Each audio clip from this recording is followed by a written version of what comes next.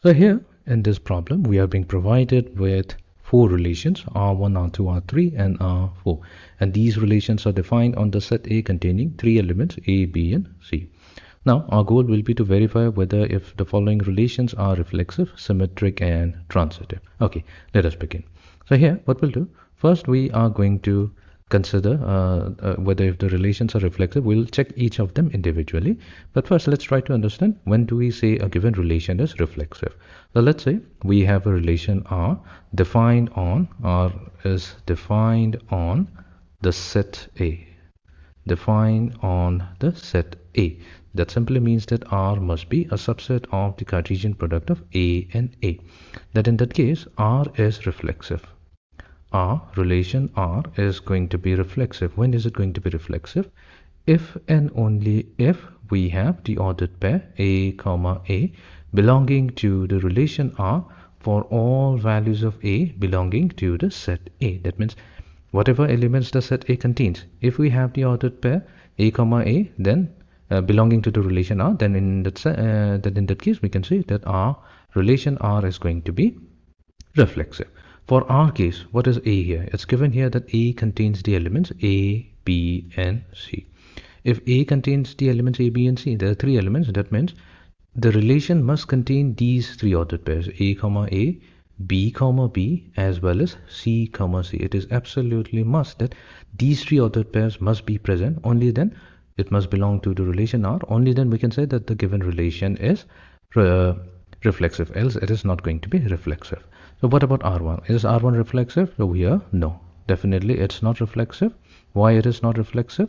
That's because the ordered pair B, B and C, C does not belong to R1. So here we have to write the reasoning. Since the ordered pair B, B and C, C does not belong to the relation R1. Okay. Now what about number 2? Is R2 reflexive? No, this is also not going to be reflexive. That's because it does not have any of the three ordered pairs. So here we can write since the ordered pairs A, A, the next ordered pair B, B, and the ordered pair C, C does not belongs to the relation R2. So we can immediately say that our relation R2 is not going to be reflexive. Okay, what about number 3? Number 3 is going to be reflexive because it has got the ordered pairs A, B, B, as well as C, C. So this is a reflexive relation. Reflexive relation. What about number 4? No, not a reflexive relation. So it is going to be not reflexive. The reasoning is that the ordered pair A, B, B, and C, C that are not present in the relation R4. Okay.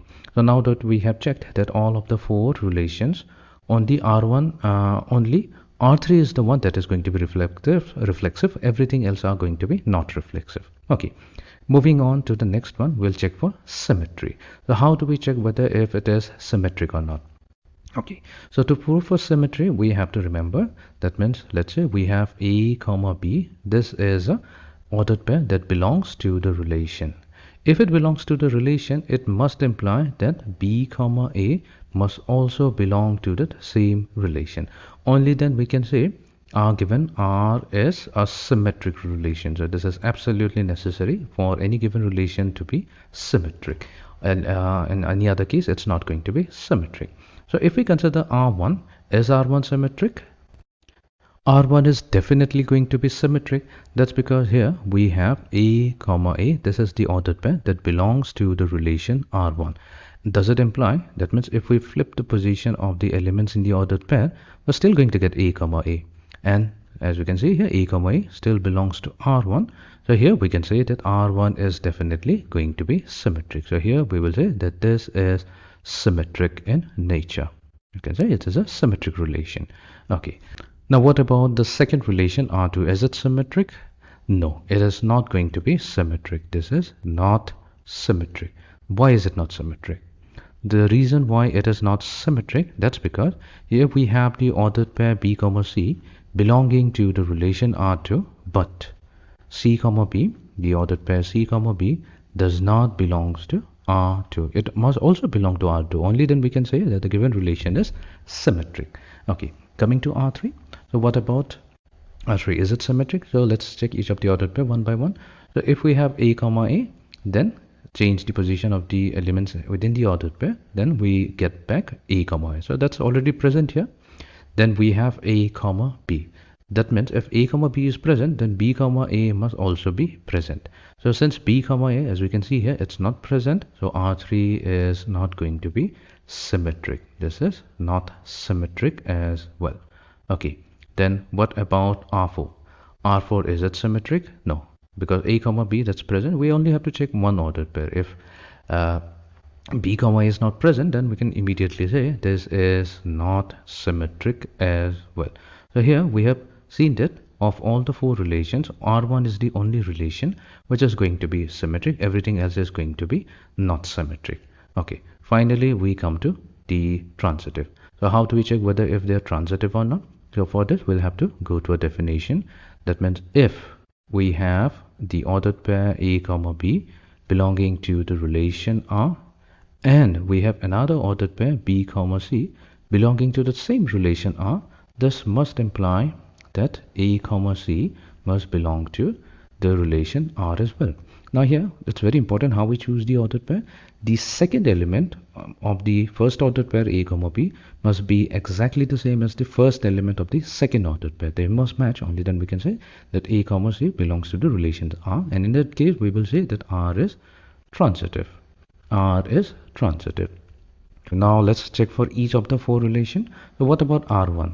Now R1 is actually the good thing about R1, since it contains only one ordered pair, it is always going to be a transitive relation. Any relation that contains a single ordered pair, it's by default transitive, because here we have A comma A belonging to the relation R1.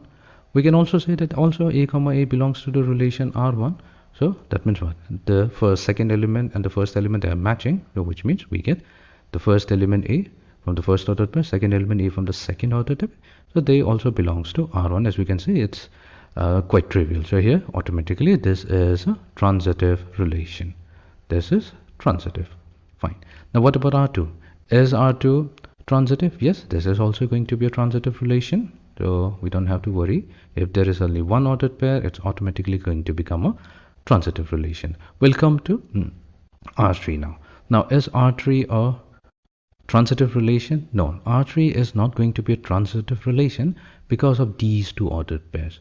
So here we have B comma C belonging to R3, C comma A belonging to R3, but here B comma A, that does not belongs to the relation R3. So here we will say that this is not transitive, not transitive, because the ordered pair B comma A does not belong to R3. What about R4? Is R4 a transitive relation? So let's take the first two ordered pair A comma B and B comma C, since they're the second element of the first ordered pair and the first element of the second ordered pair. Since they match, we should get the ordered pair A comma C. Now that's not present, so here this is not going to be a transitive. This is not going to be a transitive relation. So here we have seen that if we consider the relation R1, so R1 is not reflexive, but it is symmetric and transitive. Now coming to relation R2, R2 is not reflexive and it is also not symmetric, but it is going to be transitive in nature. Then R3 is going to be reflexive. It is going to be not symmetric as well as not transitive.